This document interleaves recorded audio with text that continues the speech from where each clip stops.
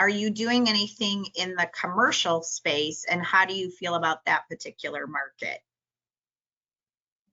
David, you can go first. All right. Yeah, commercial is not, we do commercial, but we try not to distinguish too much in terms of pricing. We're really focused on the residential market for a couple of reasons. A, for us, it's like the hardest problem to crack.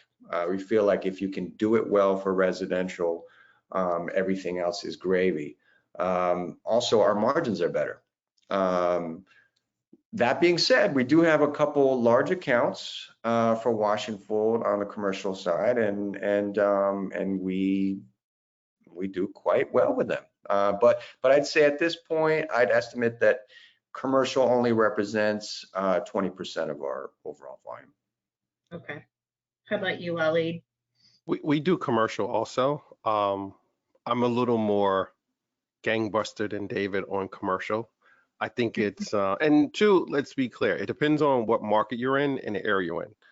You know, all these things are relative to where you are. So I look at commercial as this, in our market and probably some others, it's a totally untapped resource. It's a lot of low-hanging fruit. And when I say commercial and our team talks about commercial, we're looking at other SMBs. You know, we're not trying to compete with like the Centos and these, like, we're not doing linen rentals or any of that. We're looking at other businesses who are very similar to us in our local community, who we know do laundry themselves, and they need this type of service, and we want them to stop being distracted by laundry and focus on what they do. So, you know, some of those might be like the typical barbershop, beauty salon. I'm a little iffy about restaurants and cafes, depending on like what they cook and how they do it.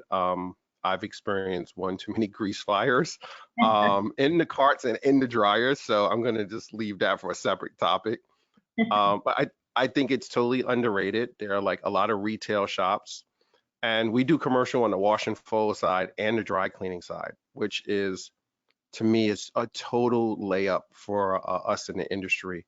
So we work with some high-end retailers in the city, and we dry clean all their team member uniforms, and their uniforms are suits. So they're wearing like a full two-piece suit to work every day. So we're dry cleaning pants from them, shirts, ties, blouse, blazers, and now we get their sneakers too, because their employees have to wear the sneakers of that brand, which is awesome. So we get, that's like steady work and income for us. Like, we're at their stores twice a week, and some of them have multiple locations. So we service one well, we build a relationship, and then the manager's like, well, I manage 2 other stores. Can you just do those 2 and make this like easier for me on invoicing?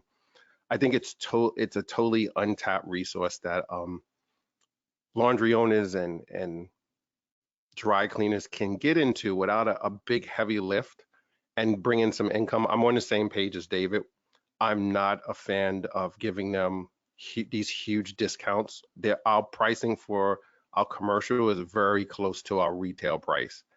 And I mean, it's simple economics. If the driver can go to one store and pick up like 50 garments for dry cleaning, and then like 100 pounds of laundry and dry cleaning, and we're doing that twice a week at one little small boutique, and then they recommend us to their neighboring stores, it just becomes a huge ripple effect.